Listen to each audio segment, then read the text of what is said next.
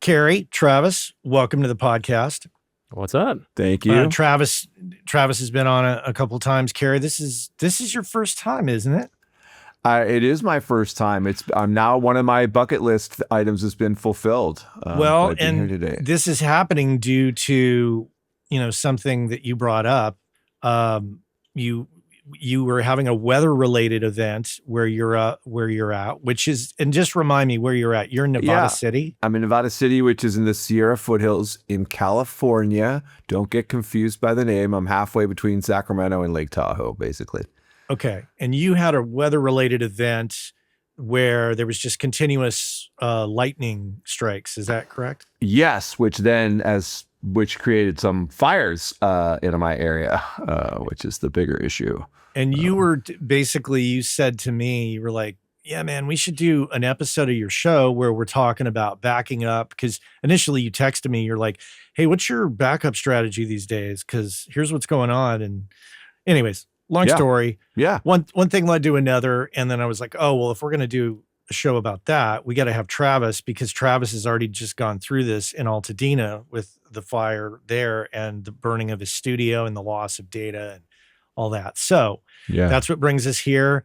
Apologies to everybody. I didn't purposely tell everybody to wear black glasses and have short hair, but that's who we are.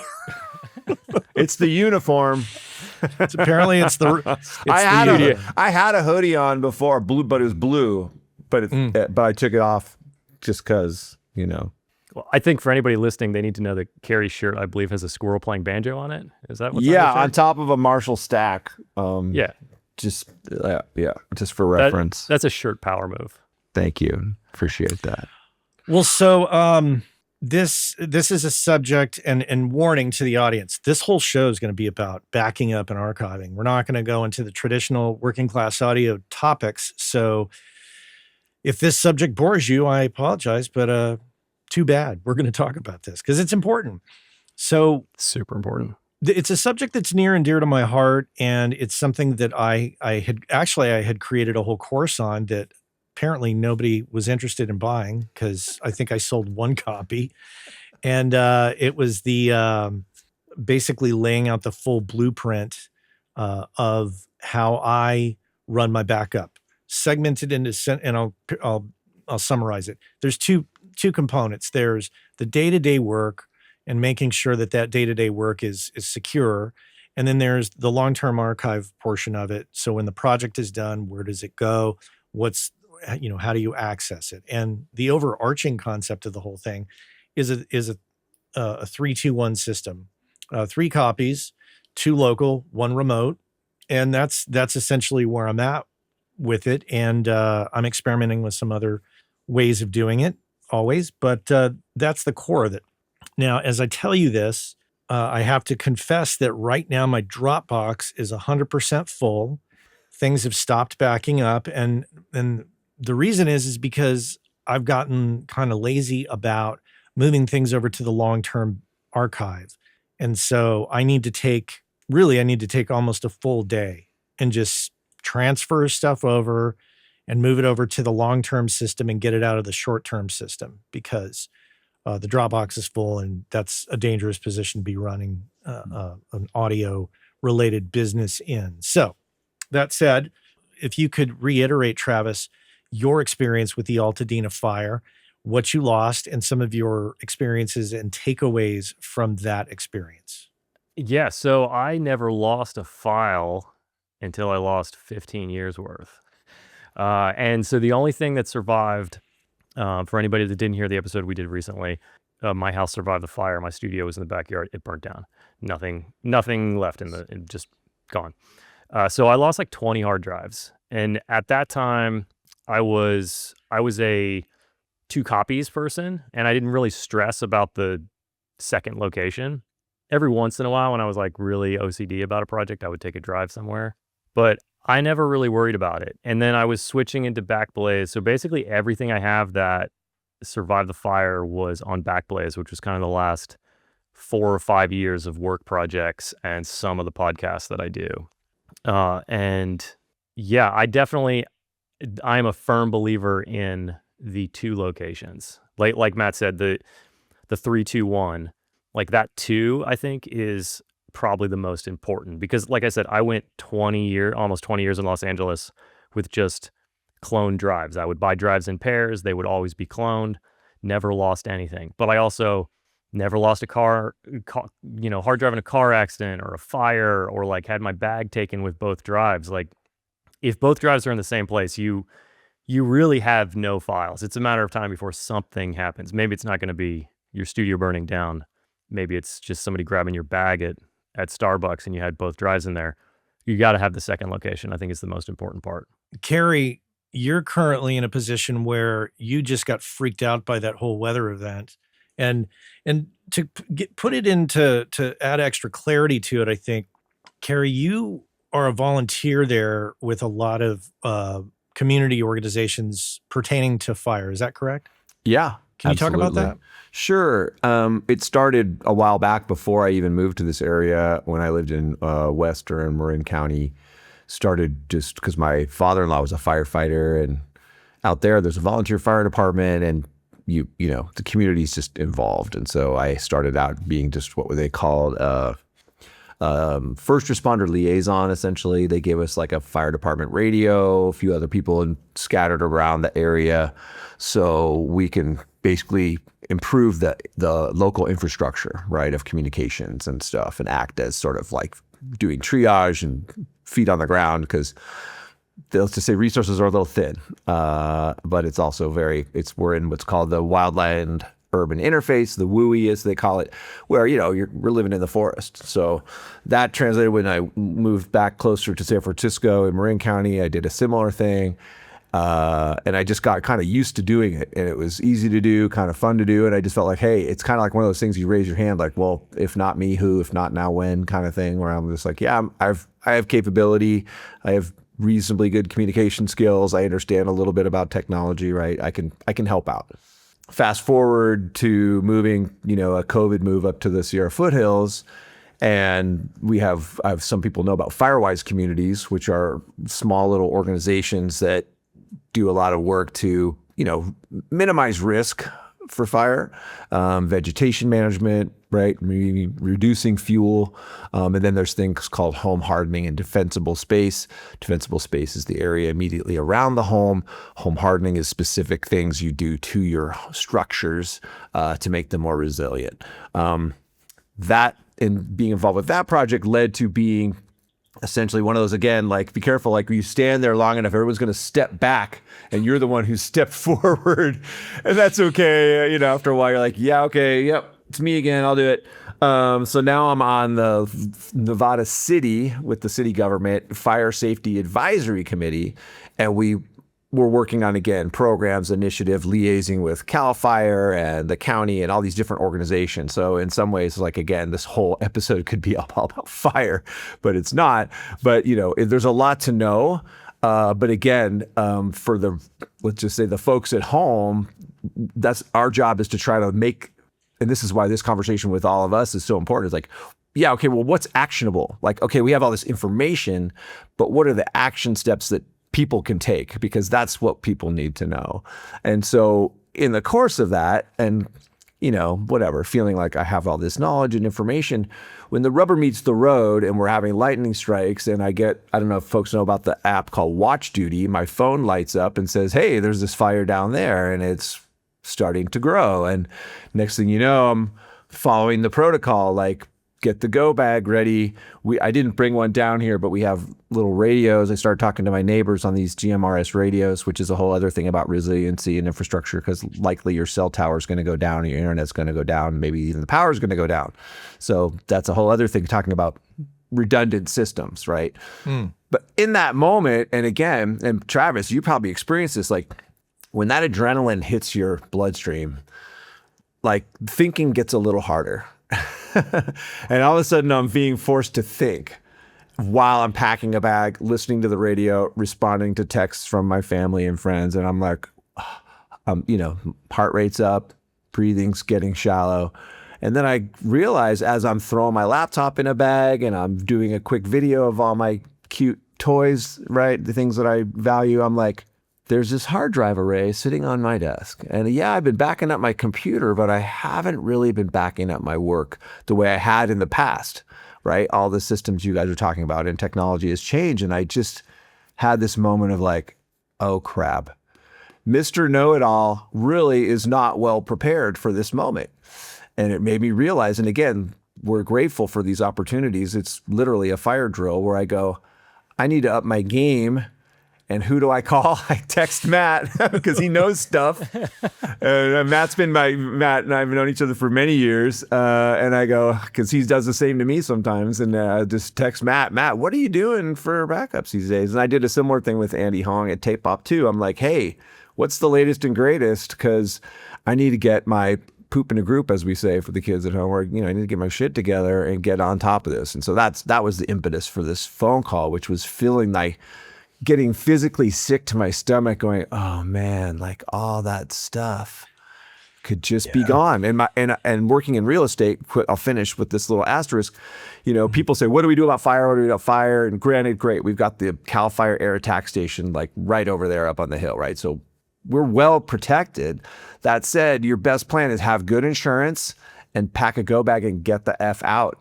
That's the plan, because you're not going to sit there with you can't sit there with your little garden hose, but I'm telling you, the force of nature is, the odds are very much against you. So that's what brought me to this moment. Thank you.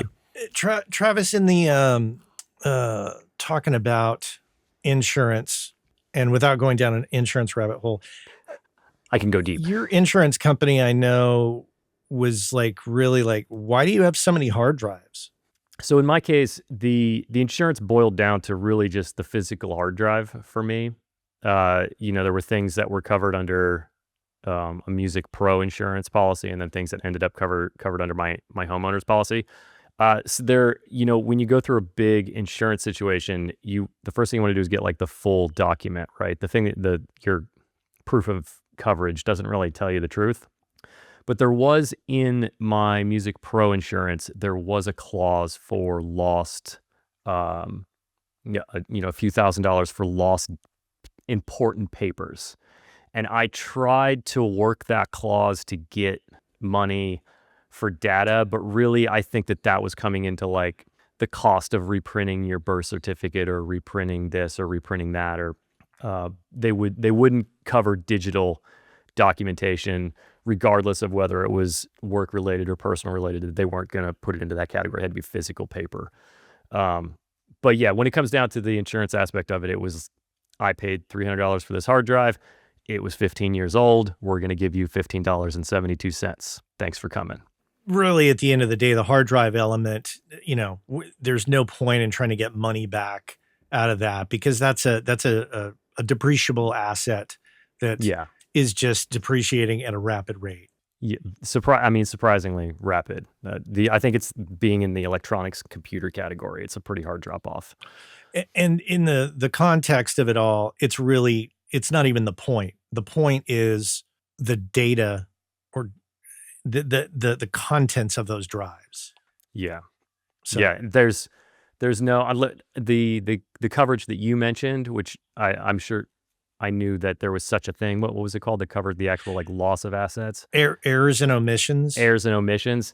I would imagine that has to be crazy expensive, and for us to be covering, our files with that maybe is unreasonable. But I assume that there was something like that, but I was unaware of what it was called till now.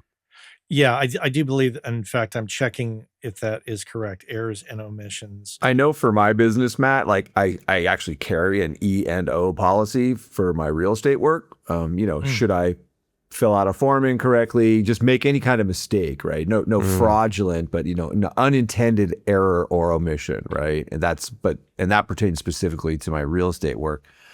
So I carry a specific policy for that. It's around $2,000 a year. Wow. That's a chunk of dough. Oh yeah.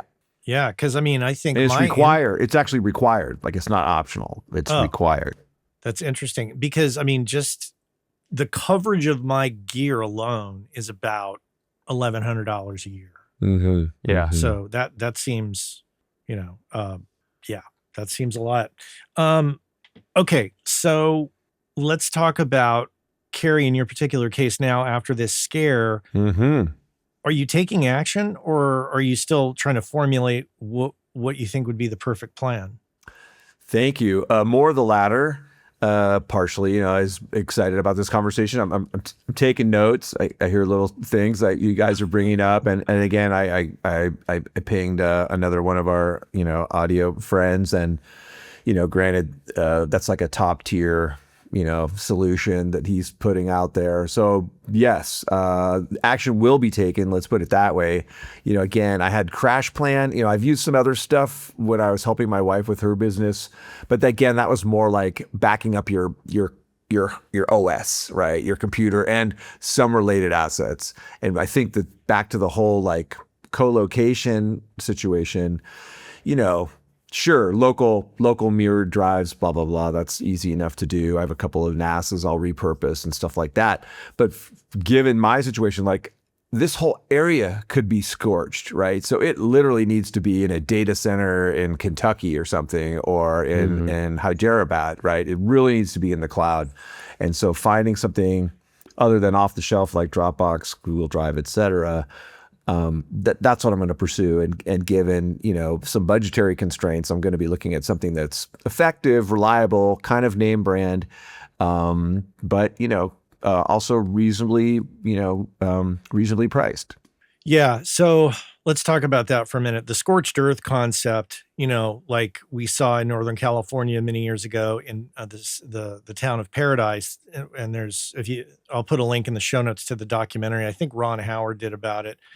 Absolutely devastating, very sad, just a whole community wiped out. So that kind of takes the concept of, well, that's cool. I'll just put a copy down the street at my brother's place or my mom's or my friend or whatever. It's like, no, you need to think like, basically like you need to think like you're going to put it in another state. If you're in the US or another country or another location, wherever you're at, that it's, miles and miles away from, in a different kind of, I don't want to say a different ecosystem, but a different climate, we'll say. No, absolutely. In some ways, as you were talking, I'm thinking we need to think a little bit like an insurance actuarial person, right? What are the perils, right? In insurance, they talk about what are the perils, right? And back to insurance here, typically for homeowners, we have to carry 2 insurance policies, right? We have your regular homeowner's policy that covers your stuff for various perils, except fire. And given most insurance companies are like, California, see you later. You got to go with the California Fair Plan, which is the insurance of last resort. And it specifically only covers fire, right? And it's super expensive. And part of this is, again, I think what you're alluding to here is we got to balance the perils, right? And so, to another climate, ecosystem, a different set of variables that could impact your data, right? And so, as the colo in like Colorado in the mountains or whatever, right? Thinking about that, and I don't know how you calculate for that, but that's my thinking on this at the moment. Can everybody check their Pro Tools rig to make sure it's running? Maybe hit save. Oh yeah, I think. Can you back it up to 3 locations right now? Yeah, right now. Oh, you weren't talking to me about the podcast. You were talking to the audience. Talking to the audience. Everyone. Right I'm now. over here checking my rig. Worldwide. Am I rolling? Let's do a global. Let's save the world by hitting save. Yeah, global save. Global save. Global save. You talk about the location thing. I think a big part of it, something that I think all 3 of us have touched on, is how we're organized people. But when disaster is imminent or has struck, you realize where you were lazy on this last week and the week before. So you talk about having an off-site 2 blocks down the street of your buddy's house. Like, what are you going to drive down there monthly and back it up? Yeah, or quarterly? You're going to drive down every night? That's why I think the cloud's really important, because you can just let it run every night. You don't have to think about it. If it's Backblaze or whatever, it's just going. And that removes one level of error that we can make, because everybody gets busy and you're like, I'll back this up tomorrow. So the quandary of the cloud system for me that I keep coming back to is that if they're charging you as you go, and I'll give you an example. So there's two versions of Backblaze. There's I've got a USB hard drive connected to the computer, paying whatever under $8 a month to back that drive up and everything on the computer to Backblaze. That's a cheap version of Backblaze. There's a more expensive version that's very similar to Amazon S3, where I think it's called Backblaze B2, and it's a pay-as-you-go system, and it's meant for long-term storage, and it's meant to dump a bunch of stuff up there, but not really access it that much because they'll charge you, I think it's called an egress fee. So the problem that I'm running into there is that over time, as I get older, as the data grows, is only going to get more expensive. And as they do price increases, of course, that's going to alter, the financial landscape there. So I've been on the hunt for a long-term storage, unlimited storage plan. And since Dropbox eliminated their, unlimited plan a few years ago due to some crypto BS, sync.com is something that I've zeroed in on. It came up as an Instagram ad, and it was like, Canadian storage company, blah, blah, blah, blah, unlimited. And I looked it up and I was like, oh shit. It's like, I think it was like $300 for the year for unlimited storage. And then I could actually include my kids in that. So they could have unlimited storage in their own siloed off accounts. So I signed up for that, and it's something that I've been utilizing on a regular basis. So I'm looking forward to having that replace Backblaze B2. I do still have a Backblaze like local storage thing because I think that's like a short-term, low cost, easy way to go. So I think a lot of working class audio listeners have, clicked on my link for that and have used it. I've been using it for years, and it's very helpful. I use that lower tier Backblaze, and that's what I put everything on because it kind of has, if you're willing to deal with the inconvenience, it has a workaround where any drive you attach to that computer can be synced. So I had 6-7 terabytes of data up on that $100 a year Backblaze plan. You do have to like make sure you mount a drive. So if you're using like an old archive drive, every 30 days you got to let it scan once. But that's what I've been using as just a safety net. It's like, Matt can attest to this, it's not something you want to access files from. Like if you're on vacation and somebody's like, I need this mix, that is not the interface you want to use because it's like a password protected, it's a pain in the ass. But in the case of losing all of my drives, it was really easy. I just went online, I selected what I wanted a drive of. They sent me 3 drives and I copied them over, sent the drives back, and then I got my money back. Like I think I paid, I don't remember, a few $100s a drive, but then if you return the drive within 90 days, they refund you that money. Yeah. So Kerry, that's something you might want to consider in your situation as like a quick, let me just get on it kind of thing. For me, again, with severe ADD, automation is going to be key, right? And that's when I was using CrashPlan, and then I think we moved some computers to Carbonite for other stuff. But you target the users and then what drives, and then essentially once it does the first big heavy lift, then it's just kind of working in the background, which can be a little glitchy sometimes, but like Time Machine had been, right? You're like, geez, my computer's working so hard and it's just sitting here. So, but I do think automation, I think, is going to be key for somebody like me. One thing that I think that's also key for me is, while I love naming drives clever names, I'm not saying you can't name your drive a clever name, but sometimes I think it helps to, in the name, embed the date that you put that drive into what's the term? Yeah. When you brought that drive online when and it's started been deployed. Right. That's an interesting point. Because then you look at it and you go, oh, wow, that's, like I've got a drive here. What's it called? Captain Willard, named after Martin Sheen's character in Apocalypse Now. I'm regretting not putting the date on there because I don't remember when I deployed that drive. And Yeah. I've done that date thing in the past. And every time I do, I'm like, oh, right, I got that in 2017 or 2015.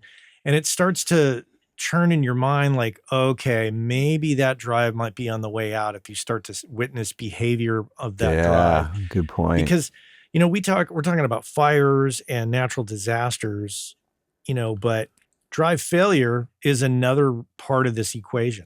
For sure. I just had a drive die.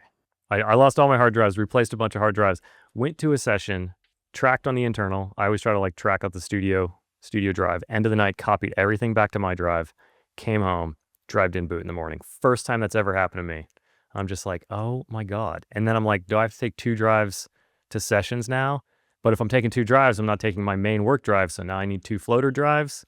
It really makes you think like, I don't know, this year's, don't send me your files this year. It's a dark year for files over here. But there's a black hole somewhere near your house. Yeah, it's rare, but I mean, brand new drive. Huh.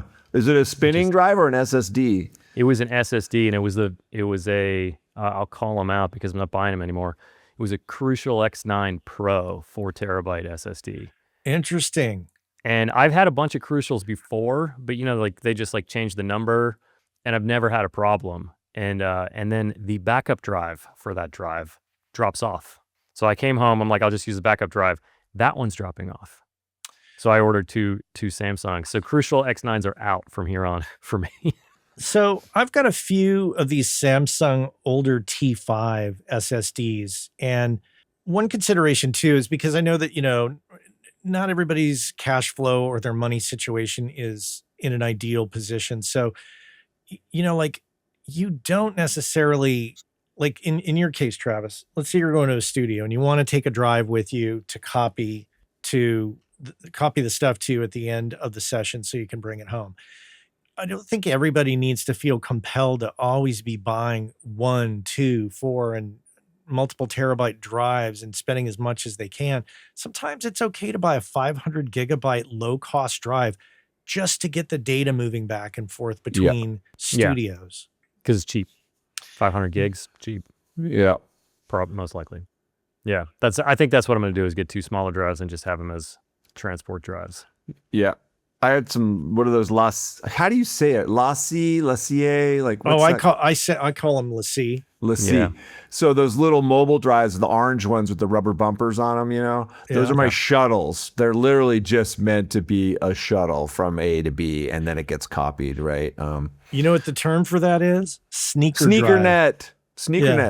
No, I remember Sneakernet. Because before we had robust networks even in the studio, right? We were walking drives. And when I worked at Rocket Network, people did global Sneakernet where they would do stuff and then FedEx hard drives around. That was the way it was done. Crazy. I remember those days. Can you imagine FedExing a drive these days? Yeah. I used to like try to leave a session at Capitol with a hard drive and like make the last FedEx shipment so it could overnight to New York. And you're like, I'm glad that's gone, right? I was doing reality TV. We were taking Betacam tapes. We had this dedicated, basically like a Pelican suitcase, and we'd throw all the tapes in the Pelican suitcase. Someone would drive to the airport where they have the commercial drop off, like it's a special secret thing where you literally drive up to the airplane, they throw it on this is back before, things got weird with all the security. You'd throw that thing on, it would go to Burbank, it would be at Burbank in an hour, and someone would start ingesting those, tapes down in LA. I was going to say, we're talking about multiple drives. We're talking about having travel drives. Should we talk about software to kind of keep everything in line and in sync? What do you guys use to do that? There's a thing called Neofinder that I use okay, so here's the concept with Neofinder. Basically, I can't remember if it's free or not. Maybe super cheap piece of software. And what you do is you point it to a drive, it will index the whole drive, and it will keep it in a database. And then even if that drive comes out of the equation and goes on a shelf somewhere, you can still go into Neofinder and say, okay, I'm looking for whatever, kick drum number 7. Mm-hmm. It will search through all the drives and show you, oh yeah, kick drum number 7 exists on the following drives. And so then you go to your, your drive and pull it down and mount it, and boom, you've got it. So it's brilliant for keeping track of what's on all the drives That's good. without having to have them mounted. God, we used to take a screenshot or print out the drive directory on a piece of paper and tape it to the hard drive so you knew what was without mounting it. That's great. right? Yeah. Not that you want to do that, but I'm just saying, I come from, let's just say, the digital transition, right, era. And we would just whatever. And then we'd have binders also, right? We'd print out that same piece of paper with binders. So that was our DIY, Neofinder. I wish I would have had Neofinder, because since the fire, I've had a couple people reach out like, hey, do you have this? And then I got to pull up my new archive drive and flip through, find their name, look at every song title and be like, sorry, I don't have that one. Or yeah, I do. Do you want the stems? And Neofinder would make that way easier. Way easier. Most definitely. There's also, if we're talking about software, I know that there's a lot of devotees to Otherworld Computing, OWC, that company. There's a lot of devotees to Synology. Synology makes NAS drives. I've got one. I know many other people who have them too. In fact, I think it was Andrew Sheps who turned me on to Synology. The difference between those two is that Synology actually runs a dedicated Linux OS on the unit itself, whereas to my knowledge, and I'm happy to be wrong here, I believe the OWC systems that are NASs have the software run on the local computer to talk to these units. I don't know if that's accurate or not. And then thirdly, there's a whole new generation of units from some Chinese companies that use AI in their cataloging of data on their NASs. I think Green NAS is, I think, one of those. Interesting. Which, that could be a whole nother podcast. We could go into the privacy implications of AI, other countries that we have potentially adversarial relationships with. Right. I don't know. By the way, we ripped your vocal while we were archiving it and sold it to someone else without you knowing, right? It's doing great. It's doing great, by the way. We're earning great royalties on that. I just thought you'd want to know. It also, this is, again, not to open up a Pandora's box, but maybe it's a follow-up episode. It goes back to this, best practices as far as, naming sessions, naming files, naming tracks, because how many audio 1_25-306, I can't wait to go into Neofinder and go, where is audio 1-205? Oh, it's in 6,000 places. You've got a file named audio 1_25-6, right? So, but don't want to necessarily go down that road, but it just reminds me oh yeah, just name the track because it'll name the file. Right. Oh, To me that's laziness and total amateur hour. Yeah. Not to be harsh, but I mean, it's look, if you're doing this for real, those were rookie mistakes. And I know that we all can get lazy and it's just just pull up a track and start recording. Oh crap, they're recording and it's named Audio 101. And you got to go and make sure you follow up with all that to make sure you name it correctly. I'm comfortable with being harsh about that. It's absolutely unacceptable. It really is unacceptable. You should feel horrible and correct your mistake right now. So I'm fine. I'm fine. I'll be the bad guy in this one. Right. It's Great. like parents who say, I take care of my kids. I feed my kid breakfast every morning or I do this for my kids. Just well, naturally, you're going to do stuff for your kid. Naturally, you're going to name your audio files. Exactly. That's an expectation. It's assumed. Responsible audio parenting. Thank you. Responsible audio parenting. Okay, so I'm going to quickly highlight just the pattern of my system that I use on the day-to-day. Basically, everything gets written to an external Samsung SSD, and then that gets synchronized to Dropbox.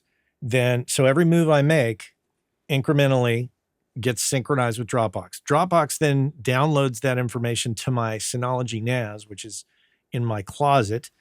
And that's the day-to-day system. So there's always 2 copies in the house and 1 copy in the cloud.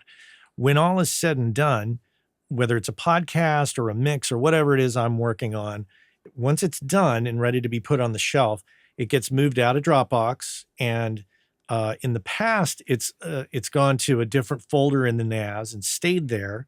So it's still on the NAS. It gets backed up to an external drive connected to the NAS, and then it's also gone up to Backblaze B2. Now, I'm trying to incorporate a new system that, as I said earlier, eliminates Backblaze B2 due to cost and instead uses sync.com as the cloud version of that equation. So it's always in 3 places when I'm working on it, and it's always in 3 places when I'm done with it.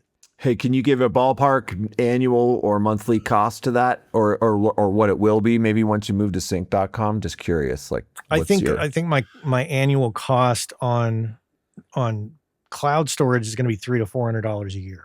Mm-hmm. But I don't anticipate that with their unlimited plan. So you're locking in a price for that year. Hopefully that's not going to change, because that's the one thing that concerns me is like, hey, come on in. It's unlimited. It's unlimited. It's like a drug dealer mentality. Totally. Oh, yeah. And then, we're changing the price. It's going to be $700 a year concept. Yeah. And we've then got all your stuff. And then you've got 50 terabytes of material on this unlimited plan. Yeah. It's a hostage situation. It's a tech company move. I mean, look at how cheap Uber was and versus now. Like, they actively are like, let's make this a part of someone's life, then make our money later. So, but I was going to say my system is very similar to Matt's without kind of the Dropbox pass through. But the system I'm rebuilding currently is work drive with a duplicate work drive. Those are backed up every night. And in my old system, only the work drive was going to Backblaze. But I'm going to do the backup drive as well. So both of those are going to go up. And then when things are about a year old, I'm going to move those to a large archive. Currently, that's just 2 cloned 16 terabyte drives. But eventually that's going to become a NAS. And then I'm also going to send that up to Backblaze. So the archive is going to be in Backblaze. Archive main drive, archive backup drive, both going to Backblaze. Work drive main, work drive backup, both going to Backblaze. And then I did want to add that I'm taking basically anything that is business files or personal files, important documents that have been digitized. I'm utilizing iCloud for that. Prior to the fire, I was using iCloud Drive as kind of a go-between between the work computer in the studio and the laptop on the couch. And I'd be like, okay, I'll do this thumbnail, or I'll send this invoice. And so there was a lot of things that were just up there because I accessed them from 2 computers. And that was the absolute lifesaver when my main computer went down, to have all of our tax stuff was in iCloud. All of my business stuff was in iCloud, driver's license, social security cards that were digitized, all of that stuff to be also in a cloud. We're talking about audio specific things. Mm-hmm. But my new philosophy moving forward is no paper. I mean, maybe I'll keep some paper, but it's going to get digitized. It's going to live in the cloud, and maybe there'll be a paper version as well. Because I just have too many friends that they lost everything, standing in line at a FEMA station to get a driver's license and a social security card. And that slows down your recovery in those situations as well, because you need those documents to move forward. So it's a really good point, actually. Thank you. I think, Matt, you were on a digitizing kick. Oh, a few years back, and I remember we talked about that. This is maybe 10 years ago or something. We were like, dude, I'm scanning all the paper, and I'm like, wow, you are a trooper. Yeah, I remember that. Now you're making me have flashbacks. I was just binge watching Breaking Bad episodes, and I was scanning tax documents and just years of paper documents and then shredding. Yeah, that was an epic time. That's interesting. That's funny you remember that. But think about how, with AI and how searchable PDFs have become. So now you can take all of that paper and all of a sudden be able to just search for something. Right. That's pretty sick. Yeah. If you're into that kind of thing. I want to come back and talk about what Andy Hong at Tape Op had mentioned to you, Kerry, in a minute. Yep, sure. Just table that for a second. Uh-huh. But in the context of all these cloud companies, I agree. Having the cloud system is great.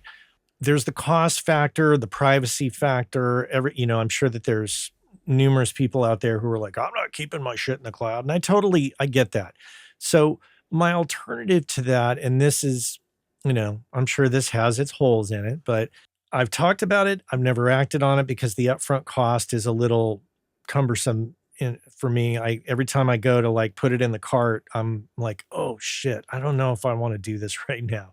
And that system is taking Synology NAS drive units, like 4 or 5 bay units. I have one here. I have contemplated buying another one and putting it at my brother-in-law's house in Michigan because I thought, and because the two can communicate across the internet. You can do the initial seeding between the two. You can set them side by side and dump all the data and duplicate it, send it over to Michigan, have it come online, and then have everything always going in that direction as a secondary backup, so that if there was a disaster, I could call my brother-in-law and be like, I'm coming out to get the units, or can you send me the drives, or can you ship the whole thing back to me, or can I walk you through turning on cloud access for that NAS drive so I can get that stuff. So Yeah. that's another consideration in this 3-2-1 concept if we're thinking about multiple geographic locations. Right. It's interesting you brought that up, as I don't want to jump to Andy's email he sent to me, but we touched on it briefly, which is the whole privacy thing, and encryption. And it made me think back again, but to Rocket Days, where we were talking about, hey, music and movie studios, like put your stuff across the internet, and but then we had to deal with firewalls and what gets through, what doesn't, right? And then again, like, let's just say, like, people's stuff, meaning not just personal data for financial, but like, artistic content is being repurposed by nefarious people, and just, encrypting data and unencrypting it. And then the other piece is just like, sure, I love the idea of the DIY, brother-in-law's closet. But, I remember when early days we were visiting these now they're called data centers. We used to be called co-location facilities, but like, these were bunkers, man. The security was intense. I mean, there's like a little, I don't know what you call it, the place where they trap you and shoot you. Like, they had that double door with the thing. And then, I remember even going to Pixar, like, they've got these locked doors with the freons, or like, if there's a fire, like, the people die, but the computers are saved, like, heavy duty. No, I'm serious. Like, the technology and the security levels for what we used to tout it as banking level encryption for people who were nervous, particularly big movie studios who are trying to protect IP. So again, it's a balancing act, because at the end of the day, I'll take the gamble. Like, someone steals my stuff, God bless you. Good luck with it, right? But at the same time, it's like, so yeah, there's this cost, convenience, and then levels of protection. And I think finding a balancing act, it's going to depend on the individual needs, but I think it's important to weigh all the different factors. Kerry, you were talking with Andy Hong, our mutual friend over at Tape Op. Andy had sent over some details of some of the stuff he does. And as we both know, with Andy, he does things on an intense level sometimes, and not always applicable to everybody listening. But what was your takeaway from that conversation? Yeah, it was just a quick email exchange. He gave me a very speedy and very thorough response. So I don't want to try to rehash that whole thing right now. I have to pull it up and just read it verbatim. But essentially, you guys were talking about Synology, which I remember he had a Gear Geeking article on Tape Op, so it's online. We can share a link to that. With some redundancy. And the piece that we touched on very briefly is the encryption component, which again, I had sort of forgotten about. And I can't remember, I made this comment like, hey, if someone's going to steal my personal stuff, like, hey, great, maybe you'll do something actually more interesting with it than I might, but go ahead, have at it. But I think for professional level projects and things that require, protection of IP, right? That's an important consideration, absolutely, in this day and age. So I think with Andy's system, without getting into the nuts and bolts of it, obviously, if you're a professional studio or you're working in that environment with personal stuff, it's one, maybe understanding, like, if you're liaising with a studio, what their system is. So maybe you don't have to totally reinvent the wheel, right? I think, like Travis, you're talking about, like, hey, just for my own thing, I'm going to shuttle and I'm going to back it up and do it my own way. So in some ways, like, the let's call it the, mil spec or the heavy duty enterprise grade stuff might be handled in the infrastructure of some of the places you're working. But for folks, who are doing other side or freelance projects, so they're really running their own system, I think I think say reference Andy's article. That's a great, I think part of it is thinking of, sure, like what's the template, what's the model, like you're talking like 3-2-1 or whatever, thinking about the process and the flow. And then, every day there's some new platform or there's some new cloud service or there's some new and better drive. So I think again, we should all use our brains a little, and sure, there's a methodology and a process, and then swap out the parts as your budget and bandwidth allows, right? But I think it's the methodology that's really the important thing. And again, for me, there's the local, absolutely day-to-day in case of, let's just say, mechanical failure. And then there's the get it out of my region, get it in the cloud, out of the area component, which again, that's the hot topic, not to make a joke, but that's the hot topic for me right now. It's like, make it go away, get it out of the area as quickly as possible. So those are some thoughts.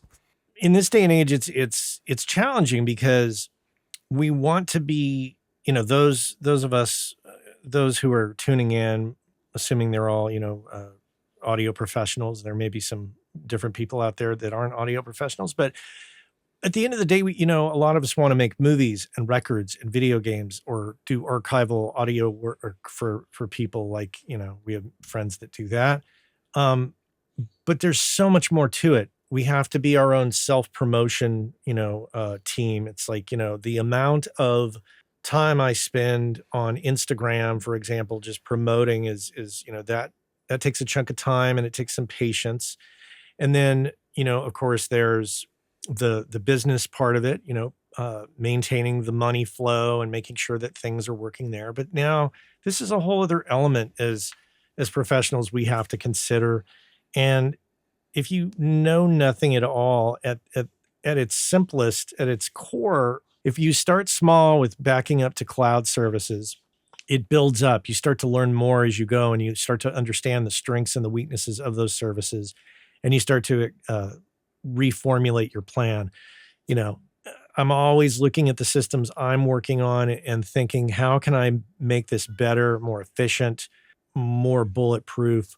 And it's frustrating, that we have to worry about this stuff. But, in the days of analog tape, there was, you have one copy on analog tape, and maybe if you're lucky and have the budget, you could copy that tape over. But, it was a simplified system. There was no save. Once you got it on the tape, it's pretty much there for the long term, unless, a complete fire breaks out.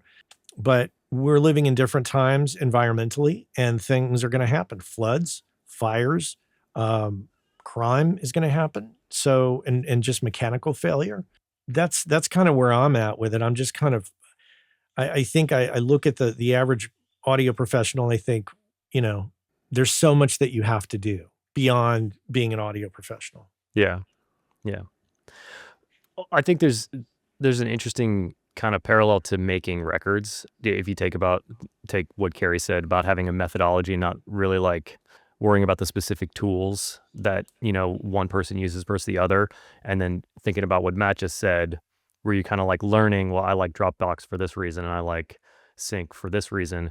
Like when you start out in a recording studio, you learn like signal flow, you learn how the console works and why things pass the way they were. That's your methodology. Then you start to develop what works for you, and then you can start to make records your way. And I think that's maybe one of the big takeaways is that regardless of how you want to do it, you need to have a methodology and an approach to having backups. To what level you want to go is your choice. What tools you want to use is your choice, but you can't not do it. Yeah. I like that. The two things that came to my mind, and you reaffirmed that, Travis, too, from what Matt said, is one, don't let the perfect be the enemy of the good. And I translate also with people as like, a shitty plan is better than no plan. So Yes. Just dive in, go down to Target, go grab a hard drive, start copying stuff over, buy one of those little firebox at the hardware store for $60 and start there, right? Yeah. And then, just dive in. And again, I'm telling this to myself right now because I was getting a little, I don't want to have to redo it or change platforms or, right? And then I realized I fell into the hole of like, oh, wow, I've got this multi-terabyte OWC Thunder Bay Pro with stuff on it that's not backed up. Oh boy. Right. And so I found myself, because I was being perfectionistic about it and waiting to find the perfect solution, that I hadn't done anything. And so, call myself out on that. I had a whole drive full of things that I wanted to reorganize, podcast related stuff or like B-roll that I'd filmed for the YouTube channel. And I was just like, oh, there's just one copy of this because I haven't figured out how I want to like structure this. Right. Oh, that whole thing. Oh, I've got to get it clean and organized before it's worthy of being saved or some weird stupid story I tell myself. Right. Like what? Just back it up, dude. And now those things don't exist. Yeah, exactly. I can't. And without the Neofinder and being, like I said, I'm pretty organized, but then once something happens, then you realize how unorganized you are. Like, I don't know what I lost until I go look for it. I'm like, oh, I need that B-roll that I shot. I'm like, where is that? Oh, that was on the drive that wasn't organized enough to back up. Right. And at the end of the day, I could pretty much say this with great confidence. Many people listening to the show are not, extremely wealthy.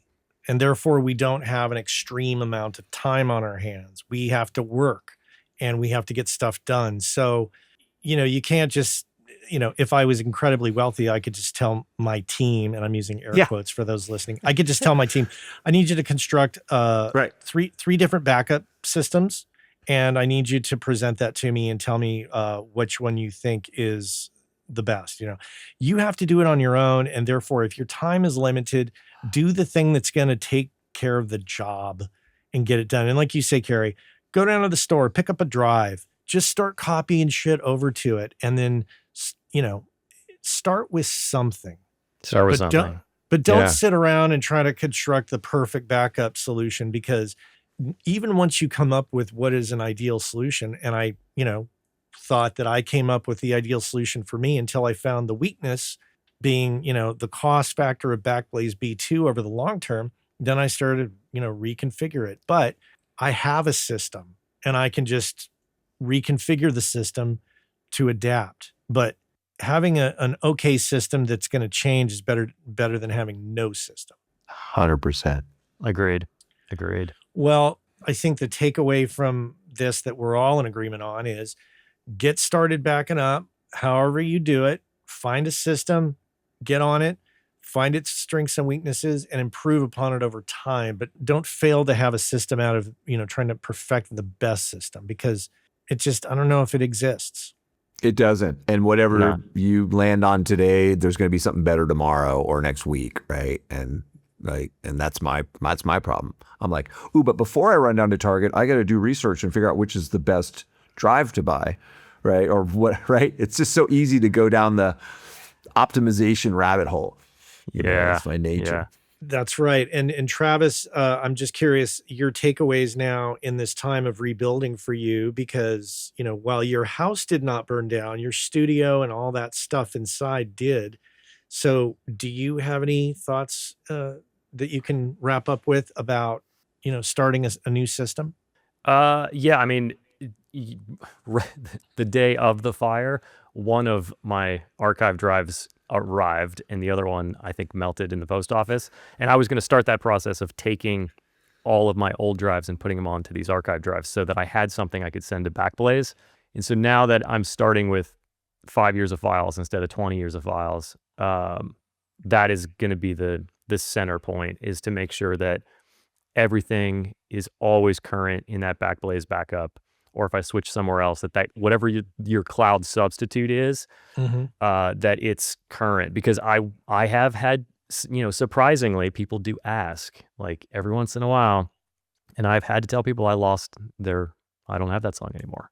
And, artists don't take things, or they want to make a change to a Pro Tools session. I'm like, I don't have that anymore. And that's, as somebody that really prided themselves on their backup and was like really firmly Like a lot of people don't believe this, but I believe it's my responsibility to keep everything I've done, like even just absolute pointless garbage that we know was like just 3 passes of scratch melodies and then everybody left 15 minutes later.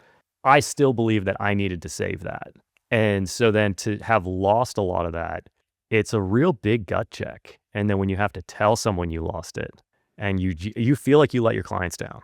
Oh yeah, and again, I don't want to open up a new topic as we're wrapping up, but thank you, Travis, for that, because I remember again working, again with my wife at her creative agency, and at a certain point, we did make it our client's responsibility and overtly stated it. You are responsible for archiving all of this, let's just call it, assets and work product. We cannot be we're not your long-term storage solution. And again, we would for our own sake, for, continuing work. But I think that's another conversation, right? Which is, whose responsibility is it? And again, we're happy to do this for a certain period of time or a certain amount of data, just like any storage, provider would say the same thing to us. Sure, you get this much bandwidth or this much access for this much time and this much storage. But at some point, I do think there's a conversation, and maybe it's in our written agreements with clients. Here's the scope and limitation of our archiving and storage for you and backups. At the end of the day, when the project's over, I'm going to give you everything, and it's really your responsibility. I may or may not have it 3 years from now. And that's just another, that's more about agreements and scope, but it's an important conversation to consider, I think. Yeah, and I should clarify that I didn't tell people I would keep their files forever, but right. I but felt you felt like an obligation should it happen as a 10 years from responsible now, professional. I felt an obligation to. Yeah. But yeah, that is actually something that I've considered incorporating in talking to people. Like, I will, to the best of my ability, keep your files for perpetuity, but it's your responsibility to actually archive them. And I've thought about adding that into for a small contracts. fee. I mean, in some ways, fee. you're providing a service and it's costing you money. I mean, just to be really clear about, what our role is and what the scope of and again, to your point, Matt, like as working folk, there's a limitation to what we can provide for free, particularly in perpetuity. Like that's a big commitment. Yeah. When you're talking $300 a year or $1,000 a year or whatever.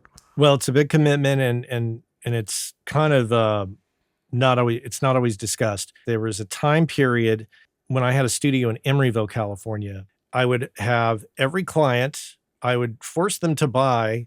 There was a drive company, I can't remember who it was. We would have them buy a drive and 2 DDS4 backup tapes, and all their stuff would always be on this drive. And then I would back everything up to a primary backup tape and a safety backup tape. And and this was going back to the year 2000.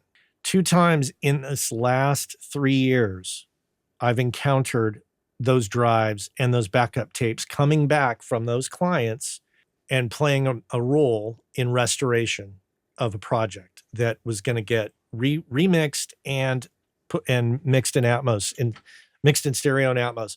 And I look back at that and I think that was brilliant. Mm-hmm. That was a really smart move then. So here's a parting thought. Yeah. Spinning drives are pretty damn cheap, and not all projects are multiple terabytes. So once again, going back to the 500 gigabyte, maybe the 1 terabyte at worst, maybe in your price of doing things for people, no matter what the project, at the end of the project, put it all on a drive, send it to them, and make that a part of the cost, where it's just like, hey, I bought this $50 drive. Here it is. Here's all your stuff. I'm going to keep a copy, but you should not rely on me for that copy unless you want to pay a fee. Yeah. Yeah. Buy your own reel of 2-inch Ampex 499 or 456. It's your reel of tape, not mine. Right. It's very much like that. Right. Yeah. So I like it. Well, that said, I'll put some links to Backblaze, the low level version of Backblaze. I'll put Backblaze B2 for those that are curious, but also Neofinder we talked about. Yeah. Sync.com. OWC, Synology, all these different things that we mentioned. I encourage everybody to check them out and get on the backup and archive train, because it's crucial. Mandatory. Get backed up before you get jacked up. Very good, Kerry. Very good. Well played. All right, guys. Okay. Take care, and thanks for being here.